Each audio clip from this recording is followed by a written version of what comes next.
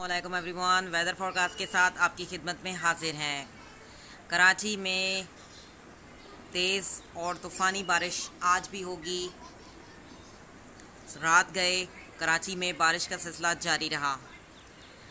आज भी तेज़ तूफ़ानी बारिश आने का इम्कान है। कराची में तूफ़ान आ सकता है और कराची में बहुत जो है वो बारिश का इम्कान है। सैलाबी सूरत हाल भी पैदा हो सकती है।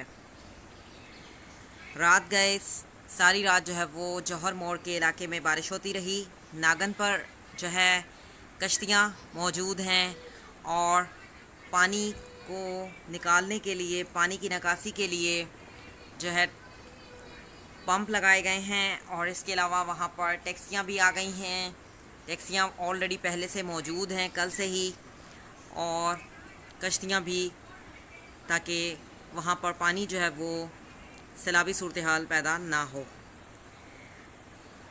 आज भी बहुत ज़्यादा तूफ़ानी बारिश आने का इम्कान है कराची के मुख्तलिफ़ इलाकों में।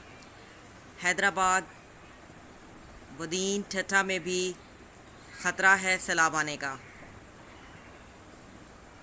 सिंध के मुख्तलिफ़ इलाकों में सैलाब आने का ख़तरा है। पंजाब के मुख्तलिफ़ इलाकों में बहुत ज़्यादा गरज चमक के साथ तूफ़ानी बारिश आने का इम्कान है। ख़ास तौर पर कराची के साहिली पट्टी पर तूफ़ान आ सकता है।